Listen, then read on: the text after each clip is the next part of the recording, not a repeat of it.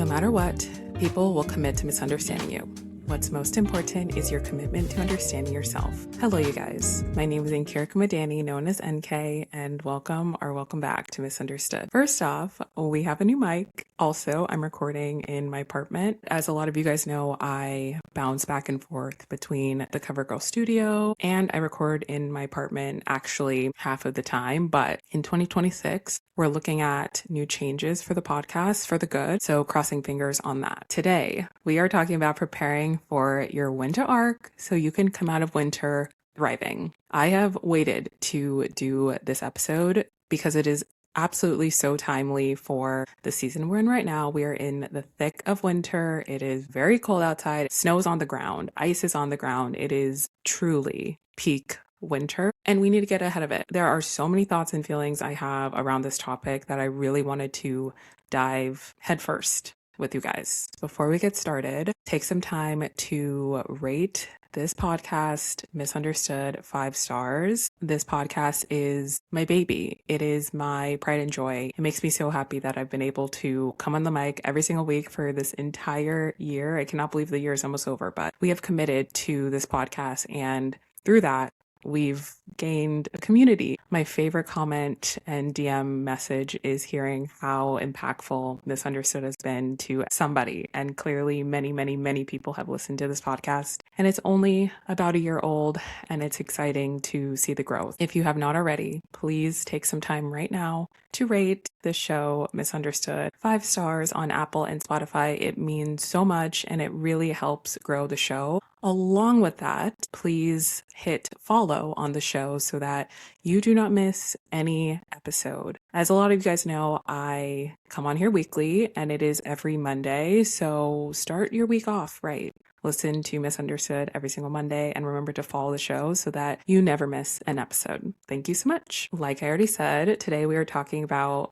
our winter arc. This topic is widely known at this point. I think I heard about winter arc last year. I think that's when it became really popular. But this year, I really wanted to give my take on the winter arc and impart some of my findings, as well as some advice, some inspo, some encouragement as we head into the true thick of winter. I think it's also a really important way for us to reanalyze what we're doing in our life to make it so that the next year is better. We literally have less than 2 weeks of 2025. I cannot believe it, but now is the time to obviously start planning for 2026, and we are going to have a better year. I've been saying this to myself. I've been saying this to my friends. I've been saying this to anybody who will listen. 26 will be a better year. It starts with us. It starts with us reevaluating what wasn't great last year to make it so that we're only bringing in the good.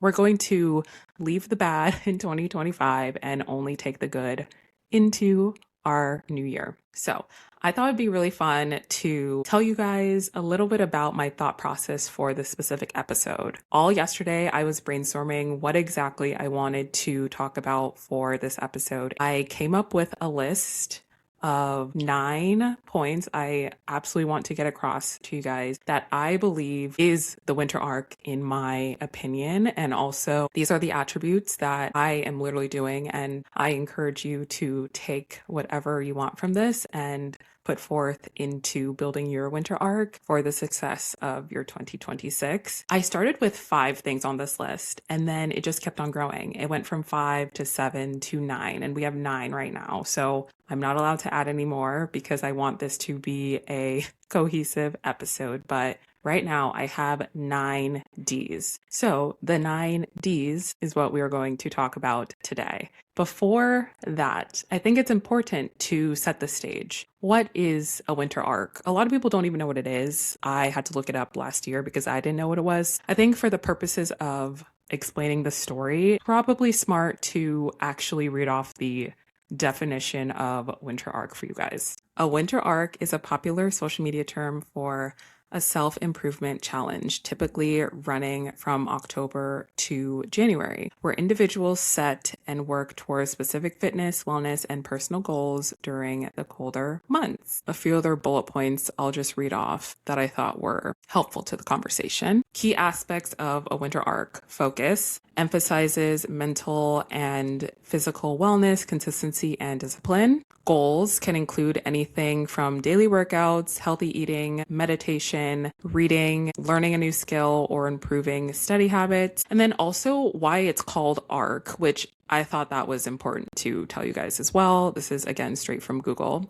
So the arc meaning is borrowed from storytelling. It signifies a character's journey or transformation, with the individual being the main character, because you are the main character of your story. So this is your winter arc, and that's important too. Your winter arc is not going to look like mine, and it's not going to look like the person next to you. Everyone has to formulate their own winter arc to suit them. I think that is the most important part and the most important takeaway of the term winter arc.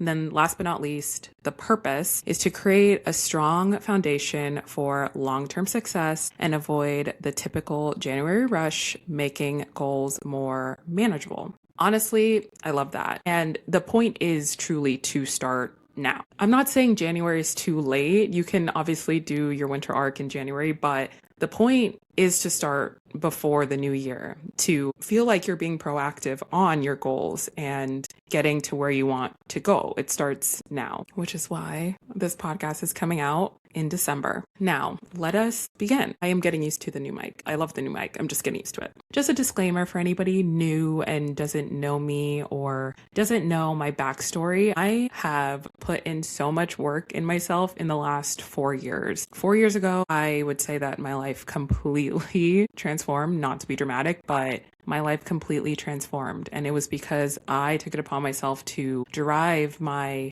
consistency and my discipline and all the things that are really pillars in my life now. It's because I took that time 4 years ago, and then I just built off of it year after year. I also want to make it clear that you have to take this at your own pace, because not everything makes sense to do 1000%. It just doesn't. And a lot of times when you do that, you feel burnt out and you get really stressed out. And we don't want to be stressed out. This is actually supposed to be a really fruitful process, and a process that gives you so much when you take your time and actually are super intentional about what you want in your winter arc and your new year. So we're setting the stage. I really wanted to say that up top. Okay. Now, let us begin with the 9 Ds that make the perfect winter arc. Number 1, down, then up. You've probably heard the saying, she's down, but now she's up. It's essentially a play on that. I know I'm a baddie. And that's not being cocky. That's just knowing the facts. I know what I hold, and I know how amazing I am at what I do. And also my attributes are very great attributes to be in a person. But I'm not invincible, and no one is. Here's the thing. We can't always be up. We can't. Let's be real. We cannot always be up. We will be down a lot. And life is about the ups and downs. And recently, honestly, while I am actively recording this podcast episode, I feel kind of down. And I think it's important to start with that, because a lot of times we hear these specific conversations with these specific episode subjects, and the person on the mic is trying to motivate you and is rooting for you and is seemingly bigger than life. But the people who know me from YouTube and know me in person, you know that I contain multitudes, and there are a lot of times where I try to be strong for everybody, but I'm going through it. And it's important to recognize that it's a mindset shift.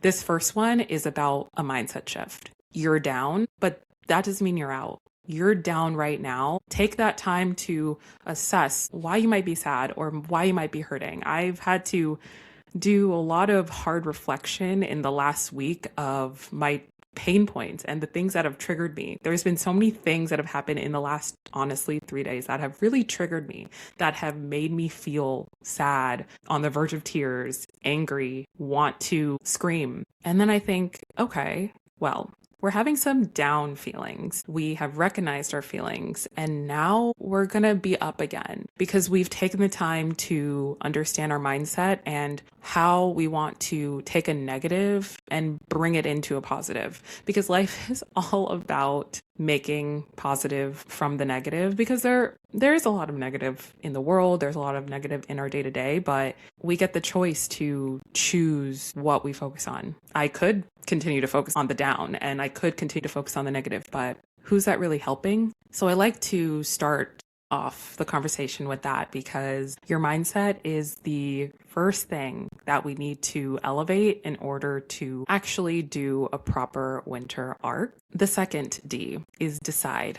Decide who you want to be. You are the decision maker of your life, and you are truly in the driver's seat of what happens for the most part. And yes, a lot of people can say, well, there's a lot of things that happen to you externally. That is absolutely true. But no one can ever dictate how you respond to what happens. Even if you have no control and no bearing on what actually happens, your response is what matters. Being the decision maker in your life holds a lot of responsibility. I myself have struggled with being a decision maker. I am a Libra, and if you know anything about a Libra, you know we are indecisive. And my indecision has caused me a lot of stress in my life, but over time, I have really developed a more direct approach with how I move through life, how I move through work, how I move through friendships, and how I move through the different stages of my life to literally have gotten where I am right now. That has taken a lot of decisions, and you have to decide. You have to be willing and be okay with the decisions you make. No matter the outcome of a decision, you need to be self-assured that you are making the decision for the betterment of your life. And another thing about decisions that a lot of people forget is that for the most part, the decisions you make are for you. Where you live is probably for your benefit. What you do for work is also probably for your benefit. And I understand that there are external factors to each and every point I'm making, but for the most part, it is your life and it is your decision to do the things that you do to get where you want to go. In our winter arc, it's especially important to decide who you want to be next year. Have you even thought about it? Have you even literally sat and thought about, who do I want to be next year? What is this person going to embody? Is she going to be at the same job? Is she going to have the same circle of friends? Is she going to start a new project? Is she going to do the things that light her up? What is it going to look like? Every single question I just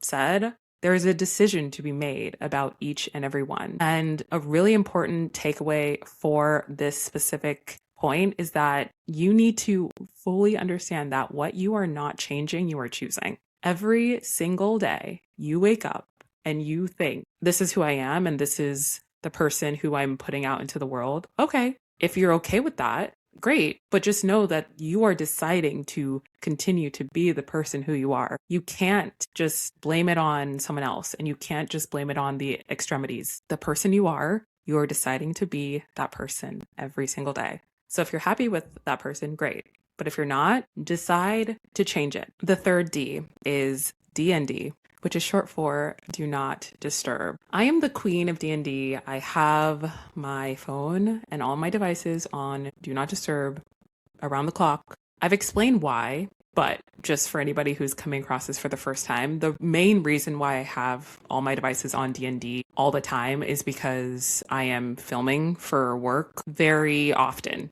Truly multiple times a day. And if you didn't know, whenever you get an incoming call or an incoming text while you are filming, that interrupts the video. If you didn't know, there you go. So from a work standpoint, I had to do it, but I would be lying if I said it was only for work. I can use the excuse of work, and I'm actually not even using the excuse of work. That is the forefront reason, but equally, I put myself on do not disturb from the world because I know that I get easily distracted. I always have. I always grab my phone and look at the first notification that comes through on Instagram and TikTok and Pinterest and YouTube, and it is crazy. Also with emails, every client that sends me an email, I would get it immediately and I would respond immediately. Being at the beck and call of the world is actually not good. You should get rid of that mentality. You should take your time and respond to things on your schedule. Obviously, respectfully, and I know people might take that the wrong way, but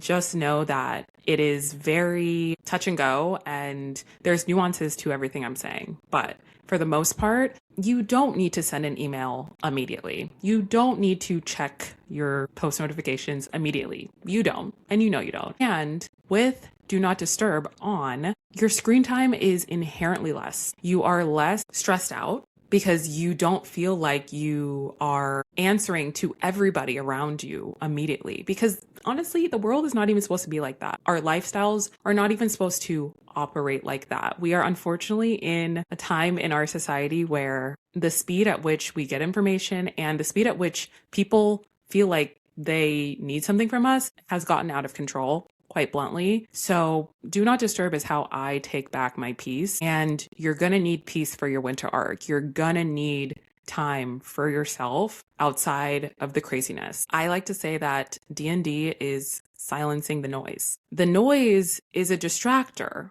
by definition. When you're silencing the noise, you can actually hear yourself and you can hear your own thoughts and you can understand what you need instead of what other people need from you. Do Not Disturb is honestly the best tool on the iPhone other than AirDrop. But I'm a stan. I have been a stan for years. I turned it on and I never looked back. And I encourage you to also turn it on when you can. And I get it. There are certain contacts that you probably need not on D&D. But then there's also probably some other aspects that you might think, okay, where can I actually do this? Because I get it. It might not work for everybody. It really might not. But you need to understand where it will work for you. And when you're able to do that, then the game changes. Because in life, we are truly supposed to be running our own race at our own pace. And society has unfortunately made it so warped that we fully believe that we need to answer to everyone. And we don't.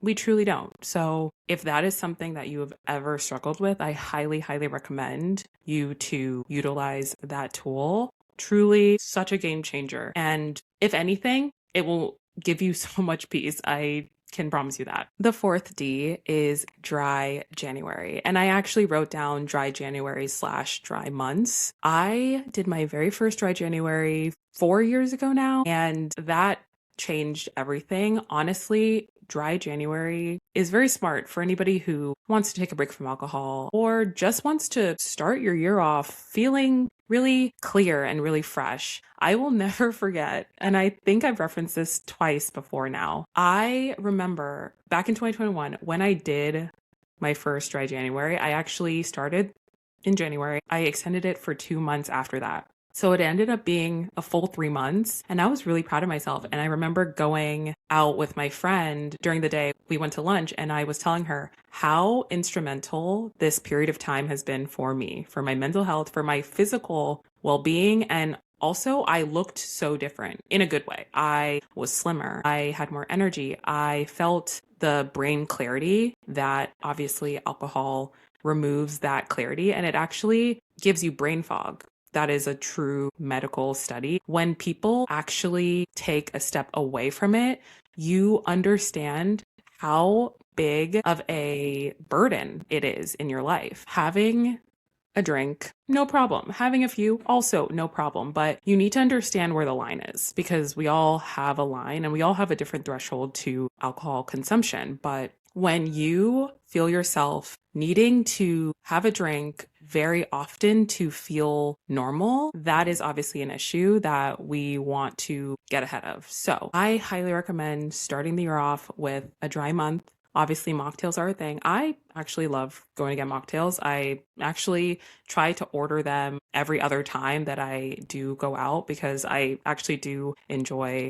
the whole aura of a mocktail. It's cute, it's classy, and it's fun. And if anyone ever gives you shit about not drinking, they quite literally have a problem, because no one should even be trying to assess why you're not drinking. That is so strange. Maturing is realizing that if anybody gives you shit for that, they have an issue. So stay away from those people. But try a dry January. If you also want to extend it into more months of the year, also highly recommend that. I'm doing it in 2026, so we can do it together. Just start off the year feeling just really cleansed.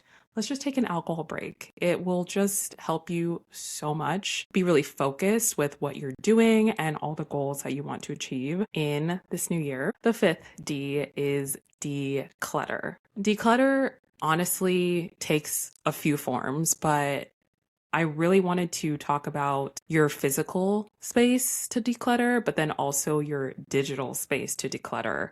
Both are equally as important. Personally, when my space is chaotic and crazy, I cannot focus. I cannot be the version of myself I want to be. There's so many roadblocks, truly, physically, when I have a crazy space that needs to be orderly and be organized. So I highly recommend taking a day, or maybe this will take longer than a day, but set aside some time at the end of December to do a full overhaul. Get rid of clothes that you haven't worn in a year. That's my rule. I get rid of clothes that I haven't worn in at least a year. I throw away all my old receipts and things that I know I don't need. I do a full clean. I get all the cleaning supplies and I clean everything up. I make it orderly. I tidy up. I fold my clothes and I do all the things that I know will help me get in a very calm mindset. Cleaning also helps me calm down. I know a lot of people say it's a therapeutic exercise, and I really do believe that. So,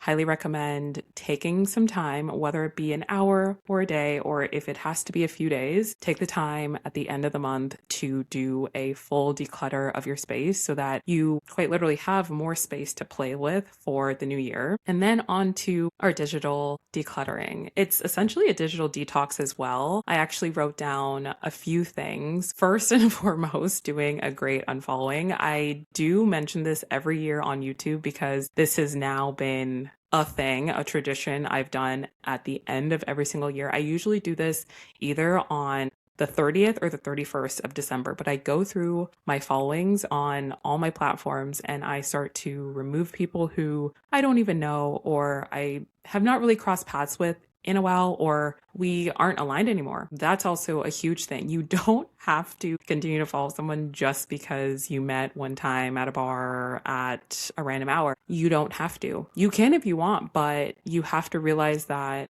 there are people who are probably in your orbit that don't need to be there. Let's be honest, they don't need to be there. And there is no harm in just removing them from your space. Overall, honestly, you're doing it for yourself because it is your space. It's literally your digital space and it's your platform. Make it somewhere that is actually a positive, healthy environment. And that is up to you to figure out. Take some time to actually do that step. In the new year, you will go back on your apps and you'll think, oh, wow, you probably feel like you haven't seen some of the people who you actually do like their content and you're actually inspired by. That's what should be at the forefront of your platforms and not random people who probably don't even like you or you don't like them. Just get them out of there. Honestly, that's truly the best advice I could give. The sixth D is discipline. Absolutely, of course, that is a official item of our winter arc. Discipline is there when everything else subsides. It is what you have with you in your hardest moments. Because as I famously say,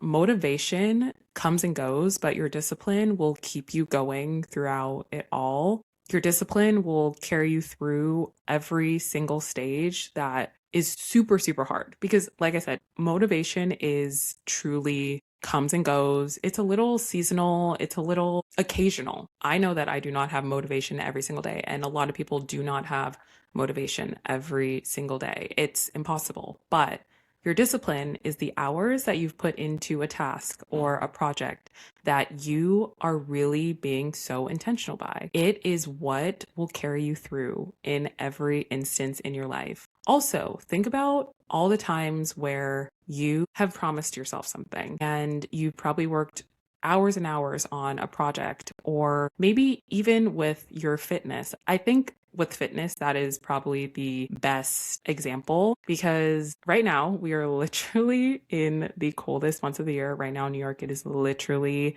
25 degrees. It is freezing and no one wants to go outside. But your discipline is there when your motivation isn't, like I said. No one is motivated right now to go to the gym, but your discipline in the goal that you set probably at the beginning of this year to make a consistent routine with the gym. That is what is carrying you into the gym, not your motivation, your discipline. And your discipline will also make it so that you are actually leveling up and hitting bigger goals. So let's say that you go to the gym 3 times a week and you have a discipline schedule that you've been doing for the year. And then next year, you can ramp it up and you can add in different dynamic workouts that will get you further to where you want to go by the end of next year. Truly just capitalize and build off of each and every goal that you set for yourself. A lot of people ask, oh, well, how do you get your goals and how do you actually live the life that you want and actually achieve the things that you want? Out of this whole list, truly, your discipline will always get you there. There are so many other factors that contribute to getting your goals, but discipline is on every single list. You will never not see that on any list. It is inherently simply doing the things that you say that you're going to do. A lot of people like to overcomplicate it. I don't know why. I feel like people trying to overcomplicate it are inherently trying to make excuses, and we don't have time for excuses here. We literally just need to get shit done. So if you say you want something, all right, well, then I'm going to check back with you on what you said just to know that you've completed it. And that's literally what discipline is. Doing it when it's hard and getting it done. Number 7, the 7th D is dive in. This one I added particularly for the people who have a really hard time with leaning in and fully committing to a project, fully committing to what they want. Diving in is essentially doing something, even if you have some fear attached to it. I myself have honestly stopped or didn't want to do something fully out of apprehension. I've been apprehensive about starting something new because I don't know how to do it, or I see someone else doing it and they look a lot more capable than me, so then I don't do it, which is all BS, truly. Diving in requires you to jump headfirst into the water. It's quite literally diving in. We're literally diving in to the water with faith that we will figure it out. I think part of this conversation has to do with that faith in yourself that you will be able to figure out. And no one's saying figuring out on the first try. And no one is saying that you're going to do something flawlessly. That's just being a realist. A lot of people want people to tell them, oh, you're going to be so good at this thing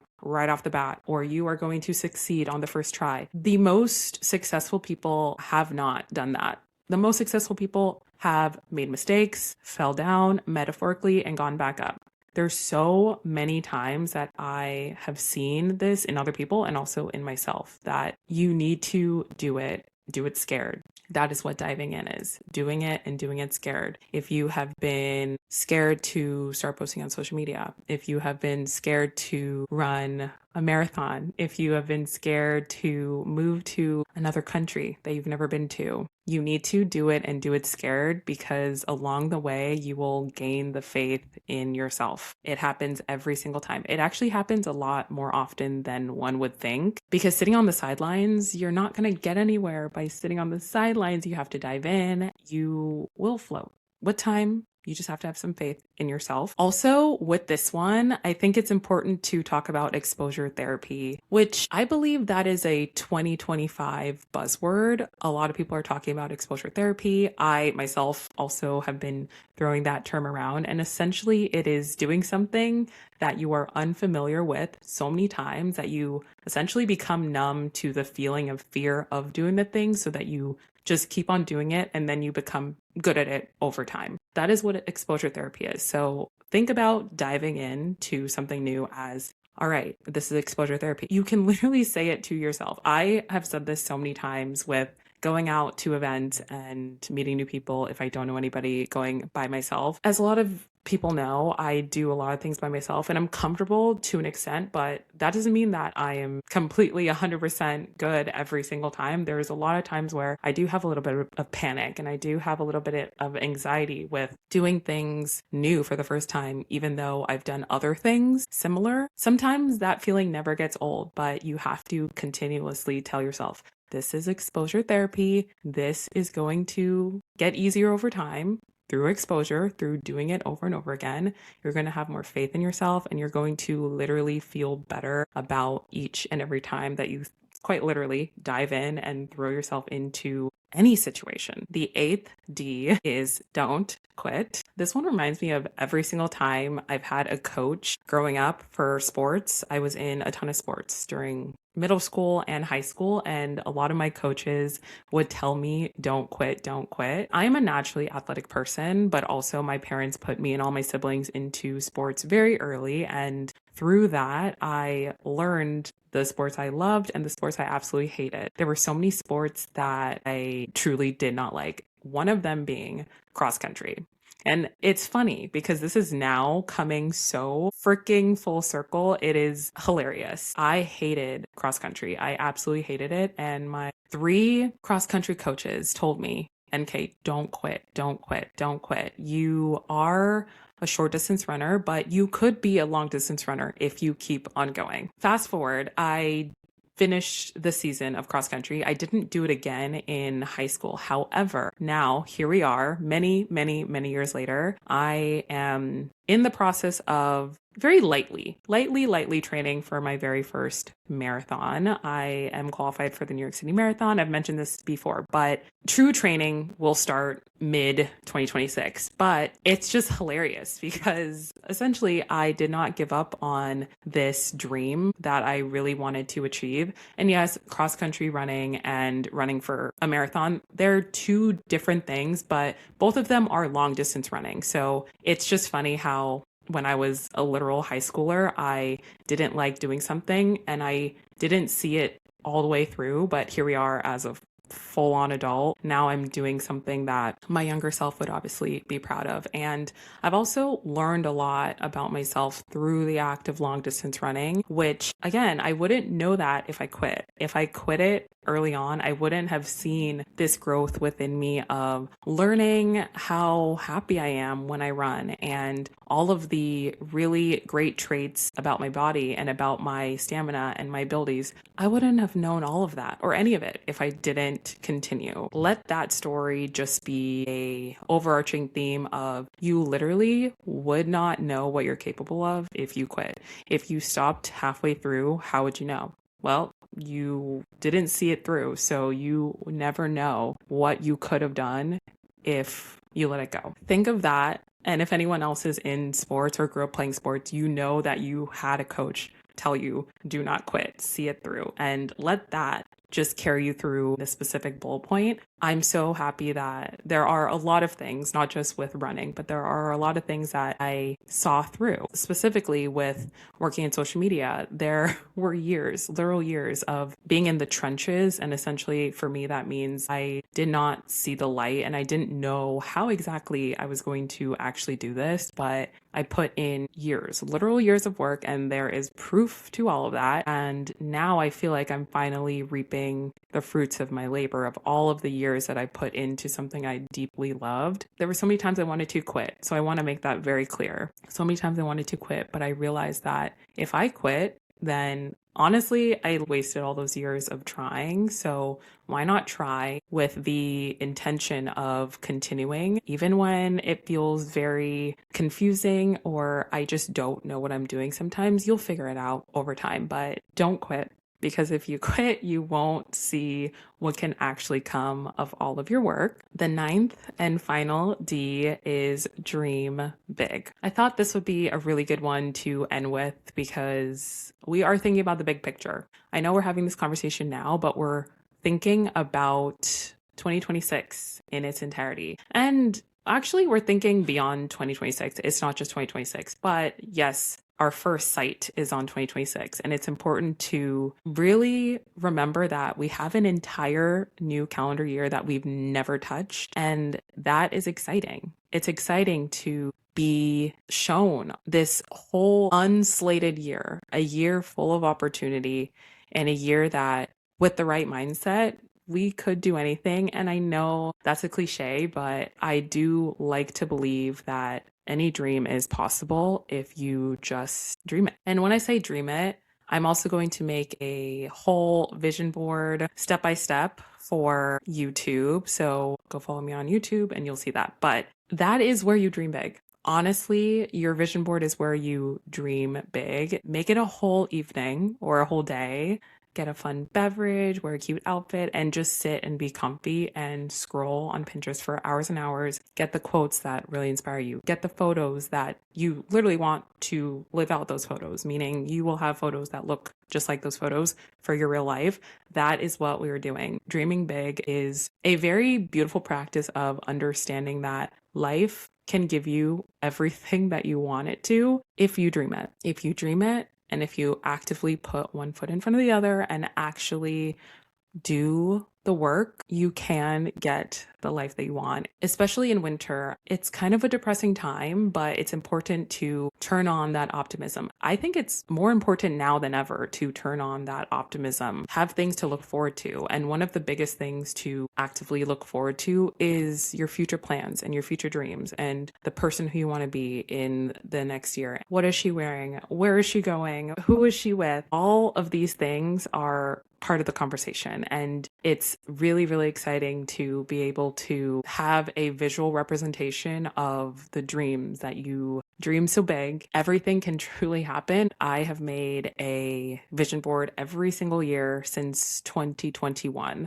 And I've mentioned 2021 a lot in this episode, which leads you to absolutely know that 2021 was such a transformational year, like I said at the beginning of this episode. But ever since 2021, I made a vision board, and every single year, at least 90% of each one came true, which gives me chills because that just means that I have actively put myself first and I have let myself believe that I can be anything I want to be.